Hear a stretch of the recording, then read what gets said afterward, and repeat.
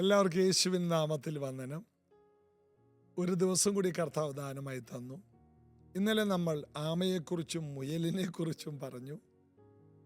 മുയലിൻ്റെ ആമയുടെ ഓട്ടത്തിൽ ആമ ജയിച്ചു. അതിൻ്റെ കാരണങ്ങൾ, മുയലിന് ഒരു ഓവർ കോൺഫിഡൻസ് ഉണ്ട്.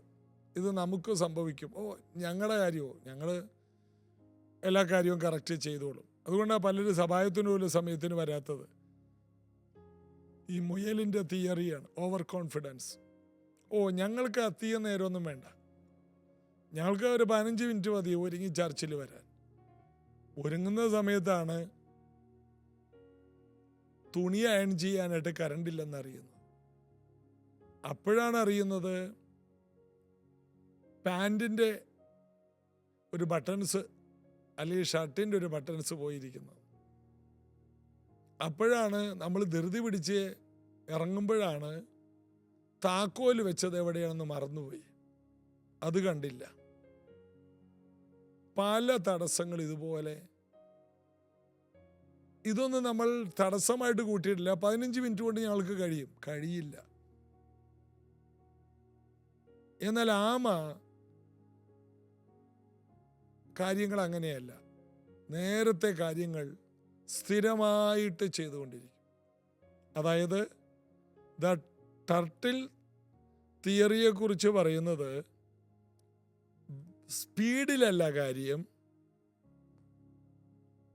പോയിക്കൊണ്ടിരിക്കുന്നതിലാണ് കാര്യം, കൺസിസ്റ്റൻസിയിലാണ് കാര്യം. അടുത്തത്, നിന്റെ സ്വന്തം സമയത്ത് നീ പോയാൽ മതി, നിന്റെ സ്വന്തം വഴിയിൽ നടന്നാൽ മതി.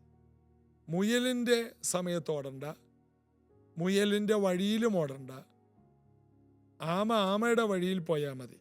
അപ്പോൾ പുരോഗതി എന്ന് പറയുന്നത് വേഗതയിലല്ല, അത് ഡയറക്ഷനിലാണ് കാര്യം. ആലപ്പുഴയിൽ നിന്ന് എറണാകുളത്തേക്ക് പോകേണ്ട ഞാൻ 250 കിലോമീറ്റർ സ്പീഡിൽ തിരുവനന്തപുരത്തോട്ട് പോയിട്ട് കാര്യമൊന്നുമില്ല. എന്നാൽ ഞാൻ പതുക്കെയാണെങ്കിലും വളരെ 10 കിലോമീറ്റർ സ്പീഡിലാണെങ്കിലും ഞാൻ എറണാകുളം റൂട്ടിലോട്ട് പോയി കൊണ്ടിരിക്കുകയാണെങ്കിൽ ഞാൻ അവിടെ എത്തും. അതുകൊണ്ട് ഈ സത്യത്തിലൂടെ നമുക്ക് പോകാം. എല്ലാവരും ഓടിയെത്തിയതുപോലെ എത്തണമെന്നൊന്നും നമുക്ക് നിയമമൊന്നുമില്ല. നമ്മൾ പറയുമ്പോൾ അവരെ നോക്ക്, ഇവരെ നോക്ക്, മുയലിനെ നോക്ക്, പുലിയെ നോക്ക്, കടുവയെ നോക്ക്. അവർ പുലിയാ, അത് കടുവയാ, അത് കുറുക്കന്, എന്നാൽ ഞാൻ ആമയാ. എല്ലാവരും സിയോനിൽ ദൈവസന്നിധിയിൽ ചെന്നെത്തുന്നു. 84 സങ്കീർത്തനത്തിൽ പറയുന്നത് എല്ലാവരും എത്തും. എല്ലാവരും ദൈവം വിളിച്ച ആ വഴിയിലൂടെ യാത്ര ചെയ്ത്, ചിലർക്ക് വേഗത കൂടുതലാണ്, ചിലർക്ക് വേഗത കുറവാണ്. എങ്കിലും Swift things are beautiful and slow things are beautiful. ഒരു സൂര്യൻ ഉദിച്ചു വരുന്നത് വളരെ സ്ലോ ആയിട്ടാണ്, ഒരു പൂ വിരിയുന്നത് വളരെ സ്ലോവിലാണ്. എന്നാൽ ഒരു പക്ഷി പറക്കുന്നത് വളരെ വേഗത്തിലാണ്, ഇടിമിന്നലുകൾ വളരെ വേഗത്തിലാണ്. വേഗതയുള്ളതും ഭംഗിയാണ്, വേഗത കുറഞ്ഞതും ഭംഗിയാണ്. അതുകൊണ്ട് നിങ്ങളെ ദൈവം വിളിച്ചത് വേഗത കുറഞ്ഞ കാര്യങ്ങൾ ചെയ്യാനാണെങ്കിൽ അതൊരു പരാജയമല്ല, അത് വൻ വിജയമാണ്. നിങ്ങളെ ദൈവം വിളിച്ചപ്പോൾ ഒരു വേഗതയുള്ള കാര്യം ചെയ്യാനാണെങ്കിൽ നിങ്ങൾ വേഗത കുറച്ച് ചെയ്താൽ നിങ്ങളൊരു പരാജയമാണ്. എല്ലാ അതതിൻ്റെ സമയത്ത് നന്നായി ചെയ്യുന്നവനെന്ന് സഭാപ്രസംഗി 3:11 വായിക്കുമ്പോൾ നമ്മൾ കാണും. എല്ലാം അതതിൻ്റെ സമയത്ത് ഭംഗിയായി ചെയ്യുന്നവൻ. നമ്മെ നയിക്കുന്നവൻ്റെ കൈകളിൽ നമ്മെ കൊടുക്കാം. നമുക്ക് വേഗത്തിൽ റോമ ലേഖനം 8-ാം അധ്യായത്തിൻ്റെ 30-ാം വാക്യത്തിൽ വരാം. 29 ഇങ്ങനെയാണ്, അവൻ മുന്നറിഞ്ഞവരെ തൻ്റെ പുത്രൻ അനേകം സഹോദരന്മാരിൽ ആദ്യജാതൻ ആകേണ്ടതിന് അവൻ്റെ സ്വരൂപത്തോട് അനുരൂപരാകാൻ മുൻ നിയമിച്ചിരിക്കുന്നു. അത് നമ്മൾ കഴിഞ്ഞ ദിവസം ചിന്തിച്ചു. ഇന്ന് മുൻ നിയമിച്ചവരെ വിളിച്ചും, വിളിച്ചവരെ നീതീകരിച്ചും, നീതീകരിച്ചവരെ തേജസ്കരിച്ചും ഇരിക്കുന്നു. അതിനെക്കുറിച്ചാണ് ഇന്ന് നമ്മൾ ചിന്തിക്കുന്നത്. അപ്പോൾ മുൻ നിയമിച്ചവരെ, യിരെമ്യാ പ്രവചനം 29:11 ഞാൻ നിങ്ങളെക്കുറിച്ച് നിരൂപിക്കുന്ന നിരൂപണങ്ങൾ എനിക്കറിയാം, അത് തിന്മയ്ക്കല്ല നന്മയ്ക്കാണ്. ദൈവം നമ്മെക്കുറിച്ച് നിരൂപിച്ച് വെച്ചിട്ടുണ്ട്, പ്ലാൻ ചെയ്ത് വെച്ചിട്ടുണ്ട്, പറഞ്ഞ് തിട്ടപ്പെടുത്തിയിട്ടുണ്ട്. എന്നാൽ നമ്മെ നിരൂപിക്കുന്ന ഒത്തിരി പേര് സമൂഹത്തിലുണ്ടാവും. ഇതെങ്ങനെയാണ്? ഈ സഭയെന്ന് അധികം നാളില്ല, ഇവന്മാരെല്ലാം കാശിന് വേണ്ടിയാണ്, ഇവന്മാരെല്ലാം പൈസക്ക് വേണ്ടിയാണ് ഇറങ്ങിയത്, എന്തെല്ലാം നിരൂപണങ്ങൾ നമ്മൾ കേൾക്കണം. ഇവന്മാരെല്ലാം കള്ളന്മാരാണ്, പാവപ്പെട്ട ജനത്തിൻ്റെ പൈസ പിടിച്ചു വാങ്ങിയാണ്, പിച്ചച്ചട്ടിയിൽ നിന്ന് കാശ് എടുക്കുന്നവരാണ്, എന്തെല്ലാം നിരൂപണങ്ങളുണ്ടാകുമെന്നാൽ യേശു പറഞ്ഞു, ഞാൻ എൻ്റെ സഭയെ പണിയും, പാതാള ഗോപുരം അതിനെ ജയിക്കില്ല. ഇത്രയും നിരൂപണങ്ങളൊക്കെ ഉണ്ടായിട്ടും എന്തുകൊണ്ട് നിങ്ങളൊക്കെ ചിരിച്ചുകൊണ്ടിരിക്കുന്നു? ഇതാണ് ഞങ്ങളോടൊക്കെ ഒത്തിരി പേര് ചോദിക്കുന്നത്. അതിൻ്റെ കാരണം ദൈവവചനത്തിലെല്ലാം പറഞ്ഞിരുന്നു. നിരൂപണങ്ങൾ ലോകം മുഴുവനും നമ്മെക്കുറിച്ച് സകല തിന്മയും കളവായി പറയുമ്പോൾ തുള്ളിച്ചാടാൻ നമ്മെക്കുറിച്ച് കുറേ നിരൂപണങ്ങൾ. ഇപ്പോൾ എല്ലാ ചാനലും കൂടി ഒരുമിച്ച് കൂടി ഒരു ദൈവ പൈതലിനെ, ഒരു ദൈവദാസനെ എതിരെ എല്ലാവരും കൂടി, ഈ ലോകത്തിലുള്ള എല്ലാ നിരൂപകന്മാരും വിമർശകരും കൂടി, എല്ലാ ചാനലുകാരും കൂടി ചേർന്ന് ഒരു പാവപ്പെട്ട സുവിശേഷകനെ, ദൈവവേലക്കാരനെ കുറിച്ച് അവഖ്യാതികൾ AI ഉപയോഗിച്ച് കള്ള റിപ്പോർട്ടുകൾ ഉണ്ടാക്കി എല്ലാ ചാനലുകളിലും ഇട്ടാലും ഈ ദൈവദാസനെ നശിപ്പിക്കാൻ കഴിയുമോ? ഒരിക്കലുമില്ല. കാരണം ദൈവം ഈ ദൈവദാസനെ കുറിച്ച് നിരൂപിച്ചു വെച്ചിരിക്കുന്ന കുറേ പ്രോഗ്രാമുണ്ട്. അതുകൊണ്ട് ലോകത്തിലെ മൊത്തം ചാനലുകൾ നിരൂപിച്ചാലും ദൈവം നിരൂപിച്ചതേ നടക്കും. ചാനലുകൾ എത്ര നേരം ഒരു ദൈവദാസനെ ചീത്ത വിളിക്കും? കുറച്ച് കഴിയുമ്പോൾ അവർക്ക് ജീവിക്കണ്ടേ, അവരുടെ പിള്ളേരെ പഠിപ്പിക്കണ്ടേ, അവരുടെ കുടുംബം കൊണ്ടുപോകണ്ടേ, അവർക്കും കടമില്ലേ, അവർക്ക് രോഗമില്ലേ, ആശുപത്രിയിലെ ബില്ലടക്കണ്ടേ? അവരടുത്ത പ്രോഗ്രാമിലോട്ട് പോകും, വേറൊരാളെ ചീത്ത വിളിക്കാം, വേറൊരാൾക്കെതിരെ എഴുതാൻ, വേറെ റിപ്പോർട്ടുകൾ കൊണ്ടുവരാൻ. അതുകൊണ്ട് നല്ല വാർത്തകൾ പകർത്തുന്ന ചാനലും തിന്മ പകർത്തുന്ന ചാനലും എന്നൊന്നുമല്ല വിഷയം. ദൈവം ഒരുവനെ കുറിച്ച് നിരൂപിച്ചിരിക്കുന്ന നിരൂപണങ്ങൾ അത് തിന്മയ്ക്കല്ല, എല്ലാം നന്മയ്ക്കാണ്. മുൻ നിയമിച്ചവരെ, അപ്പം ദൈവം നേരത്തെ മുൻ നിയമിച്ചവരെ വിളിച്ചു, വിളിച്ചവരെ നീതീകരിച്ചു, നീതീകരിച്ചവരെ തേജസ്കരിച്ചു. അടുത്തത്, മുൻ നിയമിച്ചവരെ ദൈവം വിളിച്ച് ചില കാര്യങ്ങൾ ഏൽപ്പിക്കും. അതിനെ മറിക്കാൻ ലോകത്തിൽ ആർക്കും കഴിയില്ല. നിങ്ങൾ വേണമെങ്കിൽ പരീക്ഷിച്ച് നോക്കി. ദൈവം ഒരാളെ തിരഞ്ഞെടുത്തോ എന്നാണ് നിങ്ങൾ നോക്കേണ്ടത്. കുറവുണ്ടാകും. പത്രോസിനെ തിരഞ്ഞെടുത്തപ്പോൾ കുറവായിരുന്നു. പത്രോസ് വലിയ ശുശ്രൂഷകൾ ചെയ്തപ്പോൾ കുറവുള്ളവനായിരുന്നു. പിന്നെയാണോ ഇപ്പോഴുള്ള ദൈവദാസന്മാർ? പൗലോസിന് കുറവുണ്ടായിരുന്നു. ബർനാബാസുമായിട്ട് വഴക്കിട്ടിട്ട് 2 വഴിക്ക് പോയെന്ന്. എല്ലാം തികഞ്ഞവരെ ഒന്നും അല്ല ദൈവം വിളിച്ചത്. വിളിച്ചു കഴിഞ്ഞിട്ടാണ് ഓരോ കാര്യങ്ങളിലും പക്വതയുള്ളവരായി മാറിയത്. അതുകൊണ്ട് നിങ്ങൾ ആരുടെയെങ്കിലും കുറ്റം പറയാനാണെങ്കിൽ കുറ്റമില്ലാത്തവർ ഭൂമിയിൽ ആരുമില്ല. ഞാൻ നിങ്ങളുടെ മുമ്പിലിരിക്കുമ്പോൾ നിങ്ങൾ എന്നേക്കാൾ ഭേദമാണ്. പിന്നെ ഞാനും നിങ്ങൾ തമ്മിലുള്ള വ്യത്യാസം എന്താ? എന്നെ ദൈവം മുൻ നിയമിച്ച് എന്നെ വിളിച്ചു. എന്നാൽ എന്നെ വിളിച്ചപ്പോൾ ഞാൻ പെർഫെക്ഷൻ ഒന്നും ഉള്ളവനല്ല. നീ ബെറിയോന ശീമോൻ, ഞാൻ നിന്നെ മനുഷ്യരെ പിടിക്കുന്നവൻ ആക്കും. അതിനിടയിൽ നീ പലതിലൂടെ കയറി ഇറങ്ങും, അബദ്ധങ്ങളൊക്കെ ഉണ്ടാകും. പെർഫെക്ഷനിലേക്ക് ഞാൻ നിങ്ങളെ കൊണ്ടുവരും. ഇതാണ് സത്യം. പെർഫെക്ഷൻ വന്നിട്ട് ആരും ഒന്നും ചെയ്തിട്ടില്ല. ഒരാൾ പെർഫെക്റ്റ് ആകുന്ന സമയം പെട്ടി കിടക്കുമ്പോഴാണ്. എന്നാ കിടപ്പാണ്! ആ സമയത്താണ് എല്ലാവരും, ഈ കിടക്കുന്ന പ്രിയ ചായൻ, നമ്മുടെ പ്രിയ അമ്മാമ്മ, സമൂഹത്തിന് ചെയ്ത സേവനങ്ങൾ. പെർഫെക്ഷൻ വരുമ്പോൾ ആദരിക്കാൻ ഒത്തിരി പേരുണ്ട്. അവിടെയല്ല, ഒരാളെ ദൈവം വിളിച്ചാണെന്ന് വിവേചിക്കാനുള്ള ബോധം നമുക്ക് വേണം. വിളിച്ച വ്യക്തിയാണെന്ന് ഉറപ്പിക്കണം. മുന്നറിഞ്ഞവരും ദൈവത്താൽ വിളിക്കപ്പെട്ടവർ. അടുത്തത്, വിളിച്ചവരെ നീതീകരിച്ചു. ദൈവം ഒരാളെ വിളിച്ചെങ്കിൽ ആ വ്യക്തിക്ക് 1000 കുറ്റമുണ്ടെങ്കിലും ദൈവം നീതീകരിച്ചാൽ അവനെ ശിക്ഷിക്കാൻ ആർക്ക് കഴിയും? അവനെ കുറവുകളോടുകൂടിയാണ് വിളിച്ചത്. ദൈവം നീതീകരിച്ചോളും. എത്ര അനീതി അവനെതിരെ പറഞ്ഞാലും മുൻ നിയമിച്ചവരെ വിളിച്ചു, വിളിച്ചവരെ ദൈവം നീതീകരിച്ചു. അടുത്തത്, നീതീകരിച്ചവരെ തേജസ്കരിച്ചും ഇരിക്കുന്നു. നമ്മളെ തേജസ്സുള്ളവരാക്കി മാറ്റും. അത് ഉറപ്പാണ്. വിളിച്ചു, 1 മുന്നറിഞ്ഞു, 2 വിളിച്ചു, 3 നീതീകരിച്ചു, അടുത്തത് തേജസ്കരിച്ചു. അതിനിടയിൽ ലോകം മുഴുവൻ എന്തെല്ലാം പറഞ്ഞാലും ആ വ്യക്തിക്ക് ഒരു കേടും വരില്ല. എന്നെ കേൾക്കുന്ന ദൈവവേലക്കാർ, ദൈവമക്കളും അറിയണം, നിങ്ങൾ എന്തെല്ലാം ആരെല്ലാം പറഞ്ഞാലും നിങ്ങളാകേണ്ടത് കർത്താവ് ആക്കിയിരിക്കും. കുറ്റങ്ങളോടുകൂടി നമ്മളെ തിരഞ്ഞെടുത്തില്ലേ?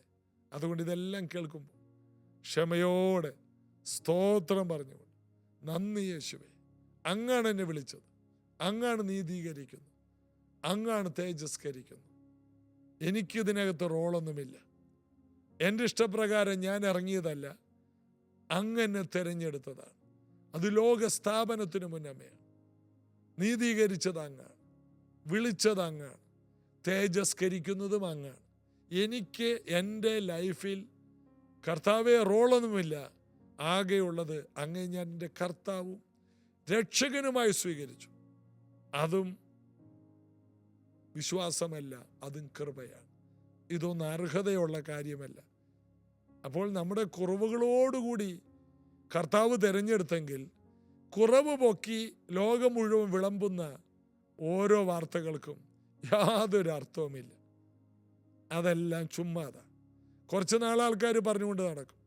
പുതിയ വാർത്ത വരുമ്പോൾ ഇതെല്ലാം മറക്കും. ഈ സത്യം നിങ്ങൾ ഒത്തിരി പേരോട്, വിമർശനം നേരിടുന്ന ഒത്തിരി പേരോട് പറഞ്ഞു കൊടുക്കും.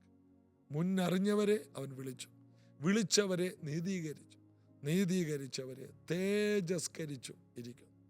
അതുകൊണ്ട് നിങ്ങളുടെ കുറവുകളോടുകൂടി ദൈവത്തിന് നിങ്ങളെ ഇഷ്ടമാണ്. നിങ്ങളുടെ പോരായ്മകളോടുകൂടി കർത്താവ് നിങ്ങളെ അംഗീകരിച്ചു. നിങ്ങൾ ദൈവസേനയിൽ നിന്ന് ഒളിച്ചൊന്നും ഓടണ്ട. നിങ്ങളുടെ കുറവുകളോടുകൂടി കർത്താവിന് ഇഷ്ടമാണ്. ആ ഒരു സ്വഭാവം നമ്മൾ മറ്റുള്ളവരുടെ കുറവുകളോടുകൂടി അംഗീകരിക്കാൻ, ഒരു ഭാര്യയുടെ കുറവുകളോടുകൂടി ഭർത്താവ് ഒന്ന് അംഗീകരിക്കാം, ഭർത്താവിൻ്റെ കുറവുകളോടുകൂടി ഒന്ന് അംഗീകരിക്കാം. അയ്യോ, ഞാനിങ്ങനെയൊന്നും വിചാരിച്ചില്ല, വിചാരിക്കണം. അയ്യോ, ഞാൻ ഇത്രയും പ്രതീക്ഷിച്ചില്ല നിങ്ങളിൽ നിന്ന്, പ്രതീക്ഷിക്കണം. മനുഷ്യനാണ്. എന്നെ കേൾക്കുന്ന ഓരോ മാതാപിതാക്കൾ, ഭാര്യ ഭർത്താക്കന്മാരറിയണം, നിങ്ങൾ കല്യാണം കഴിച്ചത് ഒരു മനുഷ്യനെയാണ്, ദൈവത്തെയൊന്നുമല്ല. കുറവുകളോടുകൂടി, ബലഹീനതകളോടുകൂടി, പോരായ്മയോടുകൂടി നിങ്ങൾ നിങ്ങളുടെ കുടുംബജീവിതത്തെ കാണണം. ആരും തികഞ്ഞവരില്ല. ലോകം മുഴുവനും എന്തെല്ലാം പറഞ്ഞാലും കുറവുകളോടുകൂടി നിങ്ങൾ നിങ്ങളുടെ കാര്യങ്ങളെ അംഗീകരിക്കണം. കർത്താവിനുള്ള കൃപ തരട്ടെ. പ്രാർത്ഥിക്കാം. യേശുവേ, ഈ വചനങ്ങൾ ഞങ്ങൾക്ക് പ്രയോജനം ചെയ്യും. കുറവുകളോടുകൂടി മറ്റുള്ളവരെ അംഗീകരിച്ച്, അവരെ സ്നേഹിച്ച്, അവരെ ബഹുമാനിച്ച്, കുറവുള്ളപ്പോൾ തന്നെ മാനിച്ച് മുന്നോട്ട് പോകുന്ന ഒരു പ്രകൃതം ഞങ്ങൾക്ക് നൽകണം. വിമർശനങ്ങൾ മാറിപ്പോകട്ടെ. വിമർശനങ്ങളെ നേരിടാനുള്ള ശക്തി എല്ലാവർക്കും ഉണ്ടാകട്ടെ. യേശുവിൻ നാമത്തിൽ ആമേൻ. കർത്താവ് കൂടെ ഇരുന്ന് പ്രവർത്തിക്കും. നമുക്ക് വിശ്വസിക്കാം. നാളെ ഇതേ സമയത്ത് കാണാം. God bless you. കർത്താവിനെ സ്തുതിച്ചിടാം, കർത്താവിൻ നാമം വാഴ്ത്തിടാം. അമ്പേരും താളത്തോടെ കൈത്താളമേളത്തോടെ കർത്താവിനെ സ്തുതിച്ചിടാം, കർത്താവിൻ നാമം വാഴ്ത്തിടാം. അമ്പേരും താളത്തോടെ കൈത്താളമേളത്തോടെ കർത്താവിനെ സ്തുതിച്ചിടാം, കർത്താവിൻ നാമം വാഴ്ത്തിടാം.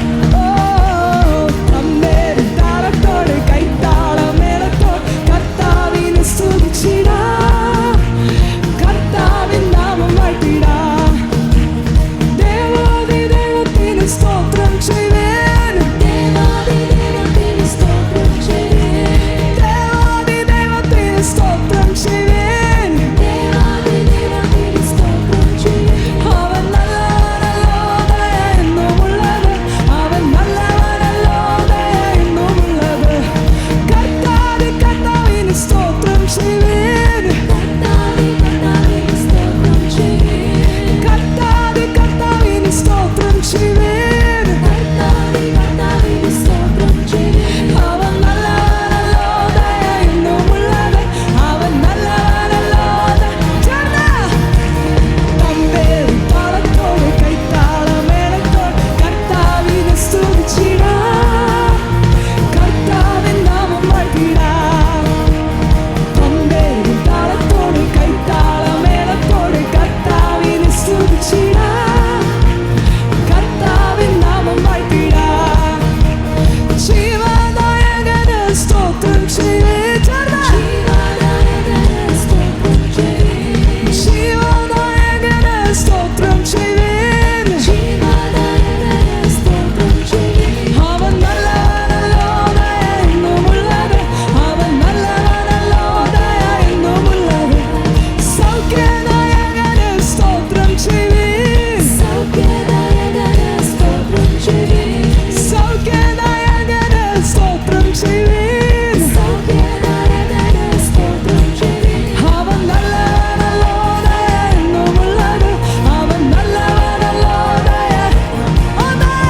തമ്പേരി താളത്തോടെ കൈത്താളമേളത്തോ കർത്താവിനെ സ്തുതിച്ചിടാം. കർത്താവിൻ നാമം വാഴ്ത്തിടാം.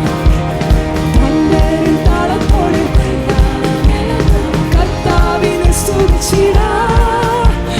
കർത്താവിൻ സർവശക്തനും പാടി സ്തോത്രം ചെയ്യുവേൻ. സർവശക്തനും പാടി സ്തോത്രം ചെയ്യുവേൻ. സർവശക്തനും പാടി സ്തോത്രം ചെയ്യുവേൻ. സർവശക്തനും പാടി സ്തോത്രം ചെയ്യുവേൻ. അവൻ നല്ലവനല്ലോ, ദയ എന്നുമുള്ളത്. അവൻ നല്ലവനല്ലോ, ദയ എന്നുമുള്ളത്. സൃഷ്ടികർത്താവിന് സ്തോത്രം ചെയ്യുവേൻ. സൃഷ്ടികർത്താവിന് സ്തോത്രം ചെയ്യുവേൻ. സൃഷ്ടികർത്താവിന് സ്തോത്രം ചെയ്യുവേൻ. സൃഷ്ടികർത്താവിന് സ്തോത്രം ചെയ്യുവേൻ. അവൻ നല്ലവനല്ലോ, ദയ എന്നുമുള്ളത്. അവൻ നല്ലവനല്ലോ, ദയ. തമ്പേരി താളത്തോടെ കൈത്താളമേളത്തോ കർത്താവിനെ സ്തുതിച്ചിടാം. കർത്താവിൻ നാമം വാഴ്ത്തിടാം. തമ്പേരി താളത്തോടെ കൈത്താളമേളത്തോ കർത്താവിനെ സ്തുതിച്ചിടാം. കർത്താവിൻ നാമം വാഴ്ത്തിടാം. ജീവദായകന് സ്തോത്രം ചെയ്യുവിച്ചതാ. ജീവദായകന് സ്തോത്രം ചെയ്യുവിൻ. ജീവദായകന് സ്തോത്രം ചെയ്യുവിൻ. ജീവദായകന് സ്തോത്രം ചെയ്യുവിൻ. അവൻ നല്ലവനല്ലോ, ദയ എന്നുമുള്ളത്. അവൻ നല്ലവനല്ലോ. സൗഖ്യദായകന് സൗഖ്യദായകന് സ്തോത്രം ചെയ്യുവിൻ. സൗഖ്യദായകന് സ്തോത്രം ചെയ്യുവിൻ.